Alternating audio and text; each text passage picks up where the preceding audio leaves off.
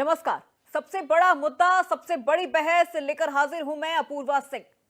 अगर हिंदुस्तान में ही हिंदुओं पर अत्याचार की सारी हदें पार हो जाए तो सवाल पूछा जाएगा।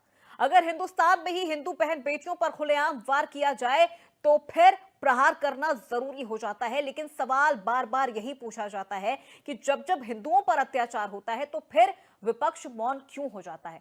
मुस्लिम तुष्टीकरण की ऐसी भी क्या मजबूरी जो सियासतदान खामोश हो जाते हैं जब बात हिंदुओं की आती है।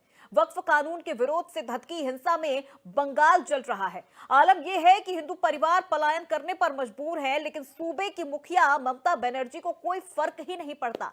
विपक्ष मौन साधे हुए है। अब कहां चले गए वो लोग जो ऑल आइज ऑन राफा का कैंपेन चला रहे थे। जलते बंगाल पर सियासी मौन है, लेकिन सीएम योगी आदित्यनाथ ने बंगाल हिंसा पर जोरदार चोट की है। ममता बनर्जी पर निशाना साधते हुए योगी ने कहा कि बंगाल जल रहा है, वहां की मुख्यमंत्री चुप हैं। उन्होंने सेक्युलरिज्म के नाम पर दंगाइयों को खुली छूट दे दी है। बंगाल हिंसा पर विपक्ष की चुप्पी पर भी सीएम प्रहार करते हुए नजर आए। उन्होंने कहा पश्चिम बंगाल में हुई हिंसा पर सब चुप है।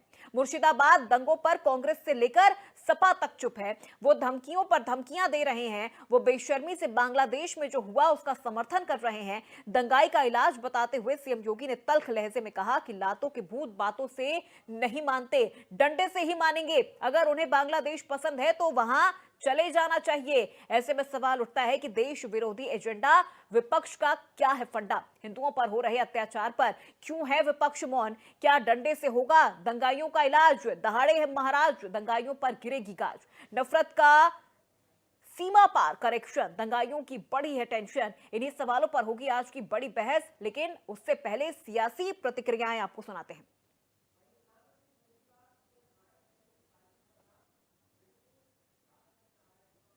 तो बंगाल हिंसा पर योगी आदित्यनाथ ने कहा कि बंगाल जल रहा है, लेकिन ममता बनर्जी चुप है। ऐसे दंगाइयों का इलाज बातों से नहीं लातों से होगा। ये बातों के भूत नहीं है, इनका इलाज डंडों से होगा। दंगाइयों को आखिर क्यों ममता बनर्जी की सरकार बचा रही है।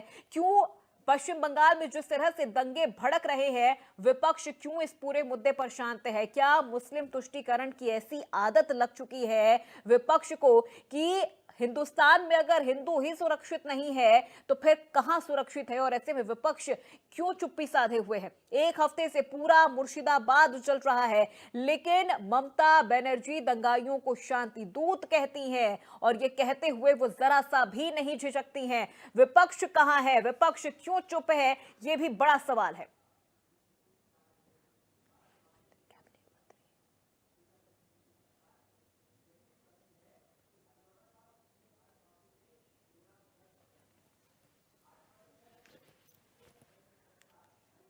चलिए बड़ी बहस की शुरुआत करते हैं और सबसे पहले हमारे आज के खास मेहमान हैं दिनेश प्रताप सिंह जी, राज्य मंत्री हैं उत्तर प्रदेश सरकार में, और अजीत प्रताप सिंह जी हमारे साथ जुड़ चुके हैं, चैनल हेड। सबसे पहले अजीत जी मैं आपसे शुरुआत करना चाहूंगी, फिर सीधे दिनेश जी का मैं रुख करूंगी। अजीत जी आपसे समझना चाहूंगी, एक हफ्ते से मुर्शिदाबाद जल रहा है, लेकिन ममता बनर्जी दंगाइयों को शांति दूत कह रही हैं। वक्फ कानून से जो धधकी आग है, पूरा मुर्शिदाबाद जल रहा है, क्या हिंदुओं को टारगेट किया जा रहा है। देखिए बिल्कुल अपूर्वा, जिस तरह से ममता बनर्जी बंगाल के अंदर सियासत कर रही हैं और वक्फ संशोधन बिल को उन्होंने राजनीति का एक हथियार बना लिया। उन्हें लगता है कि ये हिंसा, ये उपद्रव और हिंदुओं पर अत्याचार, जिन्हें घर में घुसकर मारा जा रहा है, उनकी खून से वो सत्ता की गद्दी पर बैठेंगी, सत्ता की कुर्सी पर बैठेंगी। और उन्हें लग रहा है कि जिस लाल सलाम को हराकर ममता बनर्जी सत्ता में आई थी, एक बार फिर अपने हाथों को लाल खूनों से रंग रही हैं। लेकिन वक्फ संशोधन बिल को हथियार बनाकर शायद ममता बनर्जी को यह आइडिया नहीं है कि आप हिंदुओं को मरवाकर, हिंदुओं की हत्या करवाकर, हिंसा और आगजनी करवाकर सत्ता की गद्दी पर बहुत दिन तक बैठे नहीं रह सकती। तो निश्चित तौर पर जो वो शांति दूत कह रही है, वो शांति दूत नहीं है, वो हत्यारे हैं। किनके हत्यारे हैं? वो हिंदू समाज के, सनातन समाज के, जिनके घरों में घुसकर, जिस तरह से आपने तस्वीरें देखी होगी अपूर्वा, महिलाएं किस तरह से रो रही हैं, बिलक रही हैं, चीख रही हैं, चिल्ला रही हैं, और घरों में घुसकर आप हथियार लेकर, बम लेकर, तलवार लेकर उनके साथ अत्याचार कर रहे हैं, हत्याएं कर रहे हैं, आगजनी कर रहे हैं, लूट कर रहे हैं, दंगा कर रहे हैं। तो शायद ममता बनर्जी इस गलतफहमी में है कि बहुत लंबे समय तक इस तरह के हथियार आपको विजयी नहीं बनाते। उत्तर जी। प्रदेश उसका उदाहरण आप देखिए यहां पर कि लगातार 2012 से 17 तक जो दंगे हुए उस दंगों का दंश आज तक समाजवादी पार्टी भुगत रही और सत्ता से बाहर है। तो पश्चिम बंगाल की सरकार यानी ममता बनर्जी भी जिनको शांति दूत कह रही हैं, जो आगजनी कर रहे हैं और दंगा कर रहे हैं। आज आपने देखा होगा कि मुख्यमंत्री ने कहा कि भाई लातों के भूत बातों से नहीं मानते और जिनको हिंदुस्तान नहीं पसंद है, जिनको बांग्लादेश से प्यार है, वो बांग्लादेश चले जाएं। देखिए उत्तर प्रदेश सरकार के राज्य मंत्री स्वतंत्र प्रभार दिनेश प्रताप सिंह भी हमारे साथ जुड़ गए हैं। सर आपका बहुत बहुत स्वागत है इंडिया न्यूज पर।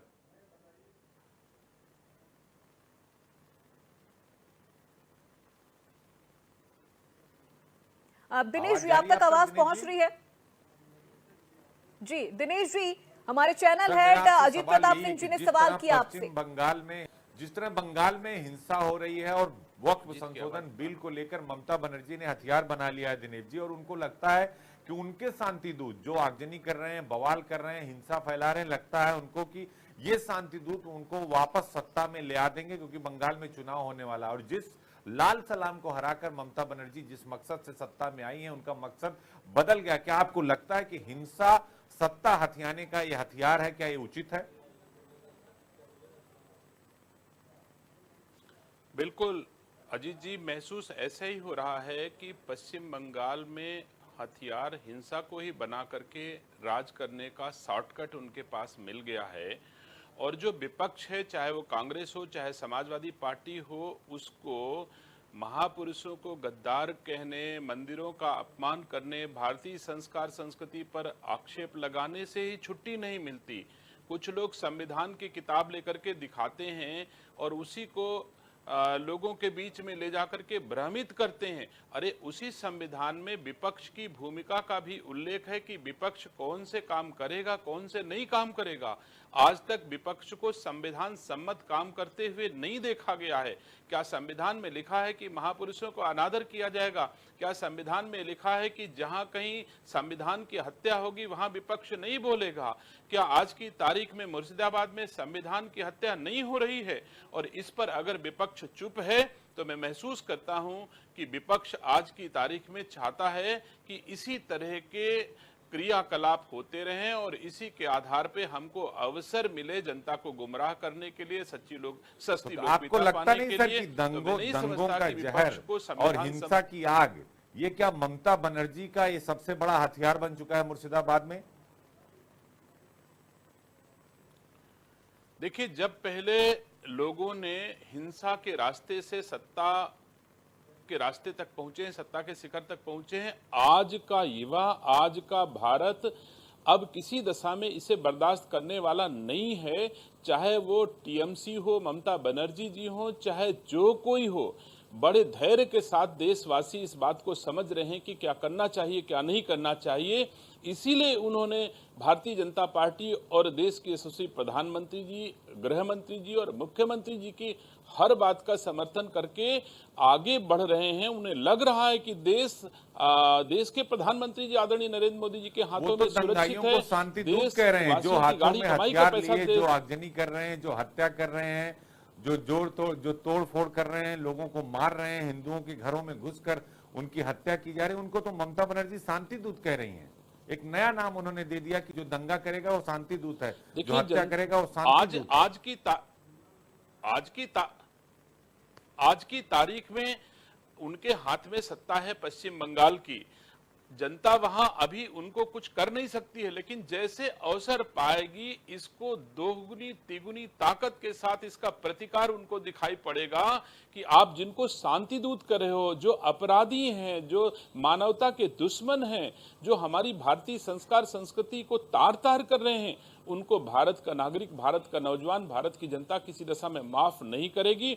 और मैं तो मांग करता हूं देश के प्रधानमंत्री जी से कि गृह मंत्री जी से कि अब वक्त आ गया है कि आपको इनके खिलाफ स्वयं निर्णय लेना चाहिए कि क्या कब तक ये लोग इस बात को सहेंगे कि वो ममता बनर्जी और उसके पहले की जो सरकारें भी बांग्लादेश में क्षमा करेंगे, बंगाल में राज कर रही थी, उन सब का माध्यम धीरे धीरे हिंसा था। तो पहले उनको हटाया, ये सोचा था कि हमको आज योगी जी ने, आपने देखा होगा, और उससे ज्यादा कई गुना में सभा कर रहे थे दिनेश जी, तो आज उन्होंने बंगाल को लेकर बहुत ही कड़ा प्रहार किया और उन्होंने कहा कि जिन लोगों को बांग्लादेश पसंद है वो बांग्लादेश चले जाएं। और उन्होंने आज एक बहुत बड़ी बात कही कि लातों के भूत बातों से नहीं मानते, और पश्चिम बंगाल में शायद वो वक्त आ गया है कि जो बातों से नहीं मान रहे हैं उन्हें लातों की जरूरत है। आज उन्होंने बहुत सख्त लहजे में कहा कि जिसको भाई पसंद नहीं हिंदुस्तान वो बांग्लादेश चला जाए, लेकिन लातों के भूत बातों से नहीं मानते। बिल्कुल क्लियर बात आज उन्होंने कही है। देखिए, भारत जाग उठा है, भारतीय संस्कार संस्कृति आज की तारीख में पूरी तरह से शक्तिमान है, और इसका जीता जागता उदाहरण हम लोग प्रयागराज में देखे हैं कि 65 करोड़ लोग एक साथ भारतीय संस्कार संस्कृति के मानने वाले इकट्ठा हुए हैं।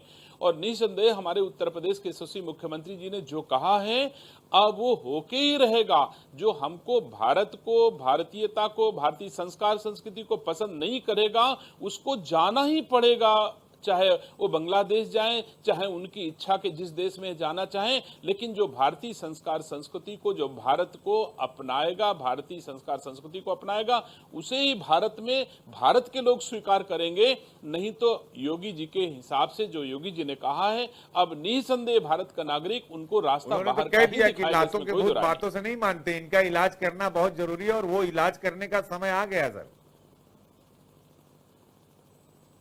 देखिए, लोकतंत्र में इलाज तो उसी को कहते हैं। मैं जरूर कहूंगा कि 65 करोड़ लोग एक साथ संगठित होकर के, कोई चार्टर्ड जहाज से आने वाला भी उसी गंगा में स्नान किया है, कोई साइकिल से जाने वाला भी उसी गंगा स्नान किया है। ये हमारी भारतीय संस्कार संस्कृति के संवर्धन का सबसे बड़ा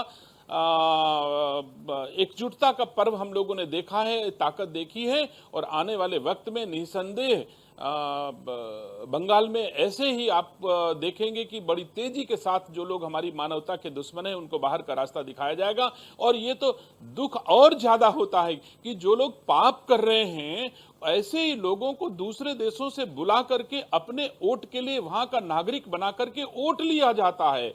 ये अगर मान लो वहां के जो लोग रह रहे हैं उनसे अधिक लोगों को की संख्या बढ़ जाए, इसके लिए सारे दरवाजे दूसरे देशों के खोले जाते हैं। वो एक संप्रदाय विशेष को दूसरे देश यानी बांग्लादेश से बुलाकर पश्चिम बंगाल में सेंटर दे रही है, यानी रोहिंग्या मुसलमान, और उनका मतदाता वोटर आईडी कार्ड बनाया जा रहा है और उसी वोट से वो सत्ता पा रही है। इसीलिए पश्चिम बंगाल में ये हिंसा कराई जा रही है, ये दंगे कराए जा रहे हैं, हिंदुओं की हत्या कराई जा रही है। निसंदेह अजीत जी, हमारे सनातन धर्मावलंबियों को दबा करके और सनातन धर्म को ना मानने वाले लोगों का उत्साहवर्धन करके सत्ता में बने रहने का प्रयास ममता बनर्जी जी लगातार कर रही हैं। और मैंने चुनाव में जाकर के, पिछले जो विधानसभा के चुनाव हुए हैं, मैंने देखा है वहां पर हम लोग अपनी बात कहने गए तो भी वहां पत्थर चलाए गए थे उस समय भी। तो मुझे दुख इस बात का है कि ममता बनर्जी के मुंह में खून लग गया है कि वो बांग्लादेश के लोगों को बुला करके अथवा देशद्रोहियों को बुला करके वोट की राजनीति के लिए, अपना वोट बैंक बढ़ाने के लिए देश के दरवाजे जो खोल करके बुला करके उनका आतिथ्य और उनको मतदाता बना करके खुद राज करने के उद्देश्य से कर रही हैं।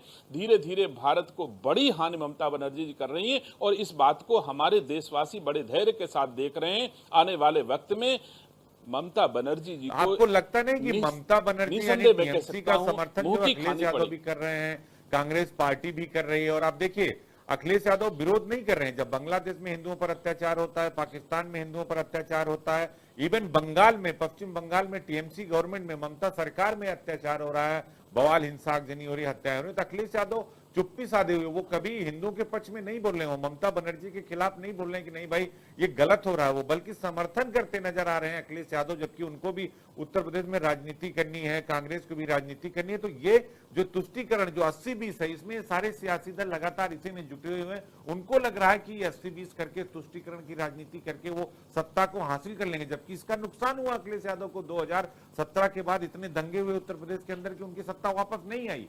तो ये इनको ये नहीं पता चल रहा है कि ये जो राजनीति का जो पैटर्न है, ये जो सियासत और अपराध का जो एक कॉकटेल है, ये उनको नुकसान करने वाला है। देखिए, श्री अखिलेश यादव जी तो उत्तरोत्तर उत्तर प्रदेश में ध्रुवीकरण करा करके, जनता की सेवा करके नहीं, जनता के हक की लड़ाई लड़के नहीं, केवल ध्रुवीकरण करा करके ही राज करने का दिवा स्वप्न देख रहे हैं। और आप अच्छे से देख रहे हो कि सदन में, पार्लियामेंट में उनके सांसद क्या बोल रहे हैं। उसके बाद फिर एक सांसद, अभी कल क्या उनका बयान आया, मंदिरों के बारे में उन्होंने क्या कह दिया है। तो उनको तो लगता है कि कितनी जल्दी हिंदू मुसलमान हो जाए, हमारे देश का सौहार्द बिगाड़ा जाए और सौहार्द बिगाड़ करके राजनीतिक रोटियां सेकी जाएं। लेकिन मैं समझता हूं हमारे राज्य का हिंदू मुसलमान पूरे धैर्य के साथ मोदी जी का नेतृत्व तो स्वीकार कर रहा है, जहां पर उनको सम्मान में मिल रहा है, देश को ऊंचाइयों पर ले जाने का भी काम हो रहा है। और उत्तर प्रदेश में कम से कम मुझे गर्व है लेकिन इसके पीछे विपक्ष ये भी आरोप लगाता है कि भारतीय जनता पार्टी कहीं ना कहीं इसको हवा देती है। जैसे बहराइच की बात चल रही, तो वहां कह रहे हैं कि सालार मसूद गाजी की जो दरगाह है वहां पर मेला नहीं लगेगा। ओम प्रकाश राजभर ने कहा कि वहां महाराजा सोहेल देव की धरती है। दूसरी तरफ देखिए, इंद्रजीत सरोज ने कहा कि हिंदू देवी देवताओं में ताकत नहीं थी, वो चाहते तो मोहम्मद गजनबी और मोहम्मद गौरी को भस्म कर देते। देवी देवताओं पर सवाल खड़ा कर दिया। लेकिन आज की तारीख में कोई दूसरे धर्म पर सवाल नहीं खड़ा कर सकता। ये जो राजनीति का जो पैटर्न है, आपको लगता नहीं कि देश की राजनीति के लिए, प्रदेश की राजनीति के लिए ये खतरनाक मोड़ ले रहा है कि ये धर्म जो है वो राजनीति में आ गया है। पहले राजनीति का एक धर्म होता था, लेकिन अब धर्म की राजनीति हो गई है। देखिए अजीत जी, समाजवादी पार्टी लोहिया जेपी ने जो स्थापना की थी, आज की तारीख में वो अपने रास्ते से बहुत दूर, कोसों दूर चली गई है। हम लोग बेवजह सुमन को दोषी मानते हैं, सरोज को दोषी मानते हैं। इसमें ना लालजी सुमन जी का कोई दोष है, ना इंद्रजीत सरोज का दोष है। ये समाजवादी पार्टी का एजेंडा है। ये पूरा उत्तर प्रदेश जान गया है, पूरा देश जान गया है कि श्री अखिलेश यादव जी ये प्रायोजित एजेंडा चला करके सनातन धर्मावलंबियों का अपमान कर रहे हैं, हिंदू देवी देवताओं का अपमान कर रहे हैं और आज कह रहे हैं कि मंदिरों में कोई ताकत नहीं है। मैं कहता हूं आदरणीय इंद्रजीत सरोज जी, आप अपनी माँ से पूछो कि जब तुम्हारी शादी हुई थी तो आपकी माँ ने आपका माथा किसी मंदिर पे जरूर झुकवाया होगा। आपकी पत्नी जब आई होंगी तो किसी मंदिर में आपकी माँ जरूर लेके गई होंगी। और अगर ये मंदिर न होते तो कहीं सेवई खा रहे होते, गुजिया नसीब न होती। इन मंदिरों की ताकत को आज आप कमजोर कर रहे हो क्योंकि आप ताकतवर हो गए हो, इसलिए उस ताकत को भूल गए हो जो ताकत अदृश्य रूप से हम सबकी शक्ति को संवर्धित कर रही है, हमारी संस्कृति को मजबूत कर रही है, हमारे संस्कारों को मजबूत कर रही है। आज आप सांसद हो गए। ये सत्ता में वापस आने का तरीका है या सत्ता से बाहर रहने की बौखलाहट दिनेश जी? सत्ता पाने का शॉर्टकट है। संविधान में सेवा के बदले सम्मान पाने का उल्लेख है, लेकिन इस तरह समाज के सौहार्द को खराब करके सत्ता पाने का रास्ता संविधान भी नहीं देता है। लेकिन असंवैधानिक काम करके सत्ता पाने की जो ख्वाहिश है, इनकी कभी पूरी नहीं होगी, चाहे जितना प्रयास कर लें। एक बार इमरान मसूद ने कह दिया कि 1 घंटे का वक्त दीजिए, हम सब ठीक कर देंगे। सत्ता में आए तो 1 घंटे के अंदर वक्त संशोधन बिल वापस ले लेंगे। अब वो केदारनाथ और बद्रीनाथ पर भी सवाल खड़ा कर रहे हैं और कह रहे हैं सरकार में जब हम आएंगे वापस तो 1 घंटे में वक्त संशोधन बिल वापस ले लेंगे।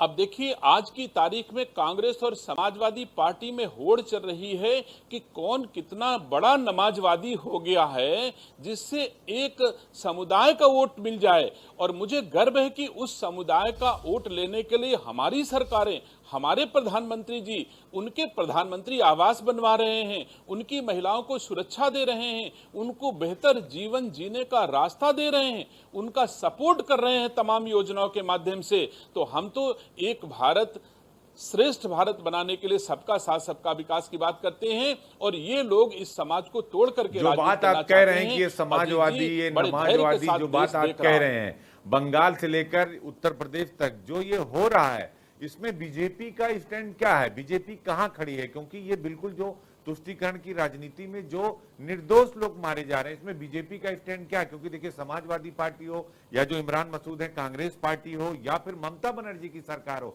जो वक्फ संशोधन बिल को हथियार बनाकर राजनीति कर रही है, एक सत्ता के बाहर है वो सत्ता में आना चाहते हैं, और एक सत्ता में है वो सत्ता में बने रहना चाहते हैं। तो बीजेपी का क्या स्टैंड है? देखिए, जब तक हमारे देश के प्रधानमंत्री जी के हाथ में कमान है, तब तक ये गलतफहमी किसी को हो सकती है। भारत की जनता को गलतफहमी नहीं है, चाहे जितना इस तरह के प्रयास करेंगे लेकिन सफल नहीं होंगे।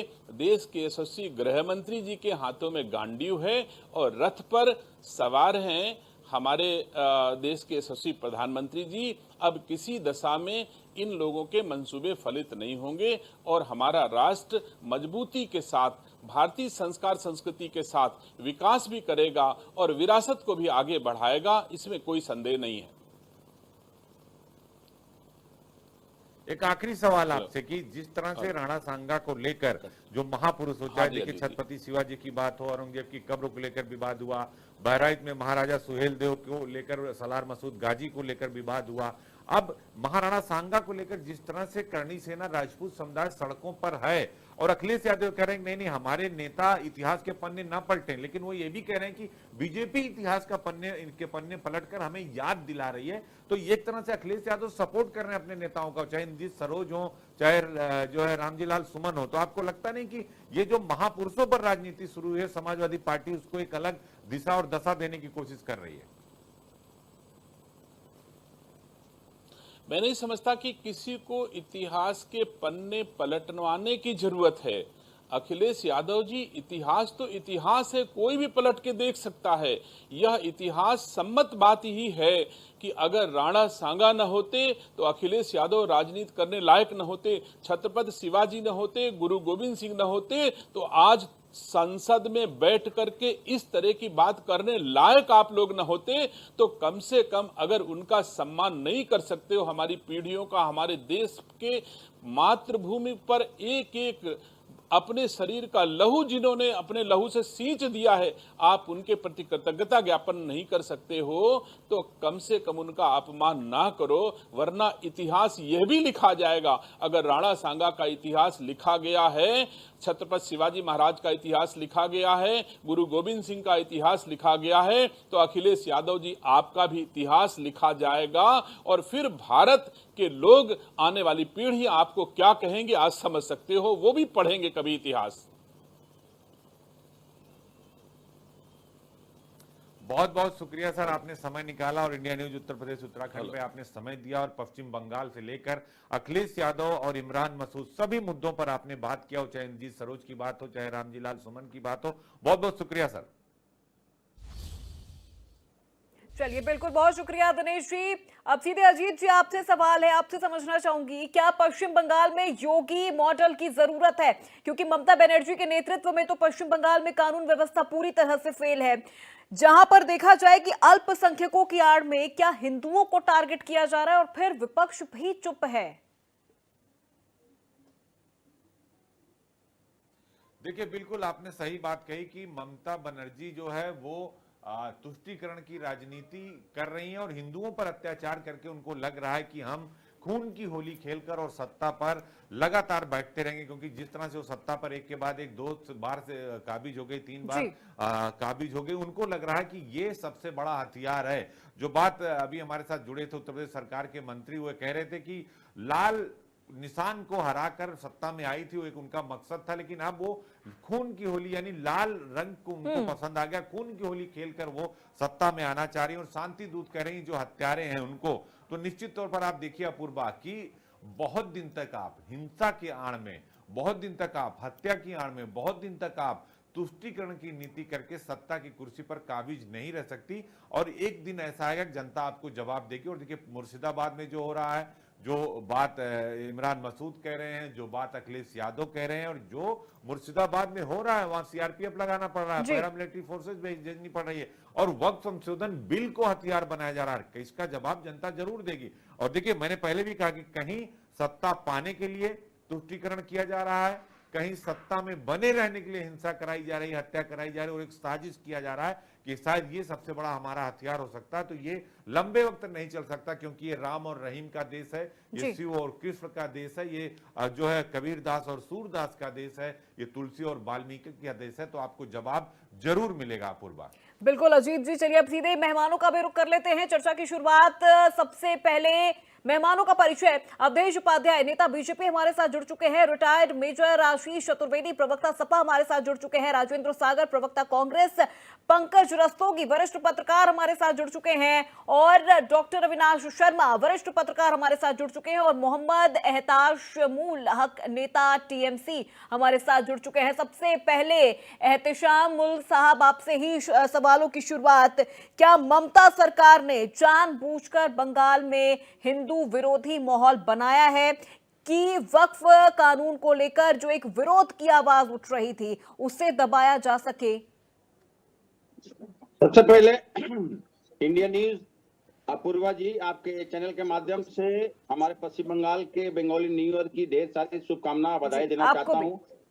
इंडिया न्यूज के तमाम व्यूअर्स को और तमाम पैनलिस्ट जो बैठे हुए हैं। आज का जो विषय है, मैं सबसे पहले कहना चाहता हूं कि दंगाइयों का कोई जात नहीं होता और उसका कोई धर्म नहीं होता, लेकिन एक बात की बहुत बड़ी दुख है कि भारत का सबसे बड़ा प्रदेश उत्तर प्रदेश के मुख्यमंत्री जिन्होंने योगी जी अभद्र भाषा का प्रयोग किया है, मैं कड़ी निंदा आपके चैनल के माध्यम से करता हूं, इंडिया न्यूज के चैनल के माध्यम से, और उनको कड़ी मजम्मत करते हैं कि हमारे देश के संविधान, उन्होंने इस तरह की बात कर करके उन्होंने संविधान को आघात किया है। और भारत की संविधान की समझ लिए एक तरह से हत्या हुई है। इस तरह की अभद्र भाषा भारत का सबसे बड़ा प्रदेश जो उत्तर प्रदेश के मुख्यमंत्री योगी जी को इस तरह की बात नहीं करना चाहिए। और जूतों वाली बात, लातों वाली बात जो उन्होंने ये प्रयोग किया है, मैं आपको बताना चाहता हूं कि 2027 में जब इलेक्शन होगा उत्तर प्रदेश में, तो ये जूतों और लातों वाली ही जो बात आपको जनता आपको ईवीएम के जरिया या वायलेट के जरिया आपको देगी। ज्यादा अहंकार सही नहीं है, ये इतनी बड़ी समझ लिए। ठीक है सर, लेकिन अब आप मुझे ये बताइए, पश्चिम बंगाल में जो स्थिति है, मुर्शिदाबाद में जो स्थिति है, क्या वो संविधान के अनुरूप चीजें चल रही हैं? आखिर क्यों चुप है ममता बनर्जी? और ये कोई पहली बार नहीं हो रहा है सर, ये पहली बार नहीं हो रहा है। पश्चिम बंगाल में खून बहता है हर साल, हर महीने। मेरा पहला सेंटेंस था कि दंगाइयों का कोई जात नहीं होता। मुख्यमंत्री समझ लिए लोगों से अपील की, ट्वीट की 4 दिन पहले भी कि अपराधियों को कड़ी से कड़ी सजा दी जाएगी, लेकिन इस तरह का अभद्र भाषा नहीं करना चाहिए। और हमारे जो कैबिनेट के जो मंत्री थे बोल रहे थे कि लाल को आपको भाषा नजर आ रही है, आपको भाषा नजर आ रही है, लेकिन इस वक्त मुर्शिदाबाद के सरहद से चल रहा है पिछले 1 हफ्ते से, वो नजर नहीं आ रहा है सर। आंखें बंद करके बैठे हैं। अरे भाषा पर मत जाइए, कम से कम आप अपने मुर्शिदाबाद को देखिए, अपनी नेता से सवाल पूछिए कि क्यों बैठी हैं वो कुर्सी पर जब उनसे पश्चिम बंगाल नहीं संभाला जा रहा है। ये सुनिए, तीसरी बार सरकार हमारी, ये जनता ने 215 सीट दिए थे। 2021 में भारतीय जनता पार्टी का सपना चूर चूर हो गया था। उन्होंने कहा था कि अब की बार 200 के पार, लेकिन वही समझ लिए कि उनको डर सताए हुए है कि हम यहाँ चौथी बार 2026 में इलेक्शन आने वाला है, तो हमें यहाँ किसी तरह का भी यहाँ नहीं मिल पाएगा। इसलिए यहाँ भारतीय जनता पार्टी एक दंगाई पार्टी, इस तरह से जिन्होंने 4 दिन पहले यहाँ शुभेंदु अधिकारी ये अभद्र भाषा कहा कि रात के 10 बजे के बाद दिखला देंगे, और उनके जो यहाँ के राज्य के सभापति है वो इस तरह से मेरी बात सुन लिए। अर्जुन सिंह ने कहा कि बिहार से, उत्तर प्रदेश और झारखंड से लोग लेके आएंगे। ये भारतीय जनता पार्टी एक दंगाई पार्टी है जो हमारा शांत बंगाल को आसान करने मांग रहा है, जो कभी भी इसकी बीजेपी जा रही है सर वहां पे दंगा करने। अरे सर जनता पार्टी कम से कम अगर डिफेंड भी कर रहे हैं तो सर डिफेंड कर रहे हैं तो तर्क के साथ डिफेंड करिए। डिफेंड भी कर रहे हैं सर तो तर्क के साथ करिए। चलिए ठीक है, लौटूंगी मैं आपके पास। अवधेश उपाध्याय जी, बीजेपी करवा रही है वहां पर सारी चीजें। अभी टीएमसी को सीएम योगी आदित्यनाथ की भाषा नजर आ रही है कि वो किस तरह की भाषा का इस्तेमाल कर रहे हैं, लेकिन शायद पश्चिम बंगाल नजर नहीं आ रहा, मुर्शिदाबाद नजर नहीं आ रहा, पूरा पश्चिम बंगाल नजर आ रहा है। देखिए अपूर्वा जी, इस तरह से पश्चिम बंगाल में हिंदुओं पर बर्बरता के साथ जो अत्याचार किया जा रहा है वो बहुत ही दुखद है। मुझे तो बड़ी दुख की बात, लेकिन वो तो कह रहे कि योगी आदित्यनाथ ने जो भाषा का इस्तेमाल किया है वो अभद्र है, उनको ऐसा नहीं कहना चाहिए था। बिल्कुल बिल्कुल उसी पर आ रहा हूँ, उसी पर आ रहा हूँ अपूर्वा जी। अभी जो एहतेसामुल हक जो कह रहे थे, बड़ा दुख हुआ सुनकर। ये कह रहे हैं जो दंगाई है उनका कोई जाति धर्म नहीं होता। अरे भाई वहां जो बंगाल में मुर्शिदाबाद में जो आग लगा रहे हैं घर में घुसकर, जाली टोपी पहनकर, ऊंचा पजामा पहनकर, क्या जानना चाहते हैं आप इसके अलावा? वो तो आप लोग लगा के रखा है, जिन्होंने हिंदू घर में जाकर आग लगाई, हिंदू बहन बेटे के साथ अभद्रता की, हिंदुओं के साथ मारपीट की, हिंदुओं को मारा, कैसी बातें कर रहे थे एहतेसामुल हक? आप ऐसी राजनीति गंदी राजनीति करते हैं कि आप पूछे जाति धर्म पूछ रहे हैं लोगों के, जाली टोपी लगाकर हिंदुओं के घर चला रहे हैं।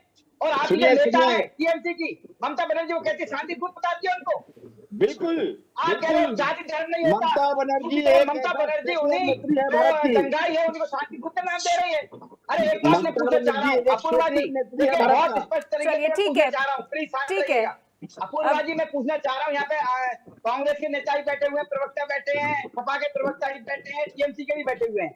मैं ये पूछना चाह रहा हूँ, जहाँ जहाँ गैर भाजपा शासित राज्य हैं, जो गैर भाजपा शासित राज्य हैं, वहां ही दंगे क्यों होते हैं, वहीं हिंदुओं पर अत्याचार क्यों होता है?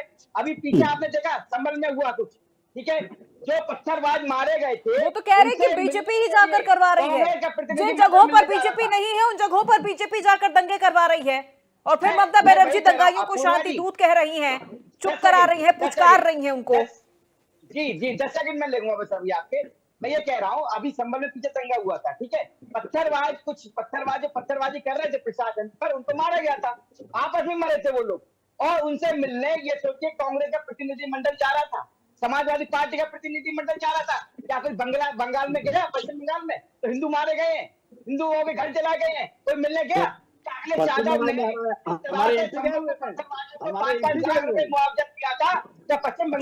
है, अब सर रुक जाइए, और भी पैनलिस्ट है हमारे साथ। अवधेश जी रुक जाइए। आशीष चतुर्वेदी जी, विपक्ष क्यों चुप है? मुर्शिदाबाद जल रहा है, पश्चिम बंगाल पिछले 1 हफ्ते से जल रहा है, विपक्ष क्यों चुप है, क्यों नहीं सवाल पूछ रहा? विपक्ष हमेशा सवाल पूछता है, बस यह है कि भारतीय जनता पार्टी उसका जवाब नहीं देती है, या जो पूछा जाता है उसका जवाब छोड़ करके बाकी चीजों तो सवाल बीजेपी से क्यों पूछा जा रहा है सर? मुर्शिदाबाद में, पश्चिम बंगाल में बीजेपी की सरकार तो है ही नहीं, सवाल आप पूछिए ममता बनर्जी से। अच्छा, सवाल अभी कहा क्या, अभी बात शुरू हुई थी योगी आदित्यनाथ ने, पहले तो वो उत्तर प्रदेश के मुख्यमंत्री हैं, बोल रहे थे बंगाल पे, सुप्रीम कोर्ट ने टिप्पणी करी है, उत्तर प्रदेश की कानून व्यवस्था ध्वस्त हो चुकी है, ये देश की सर्वोच्च न्यायालय ने टिप्पणी करी है। मुझे नहीं लगता मेहमानों को यहाँ पर रोकना चाहूंगी।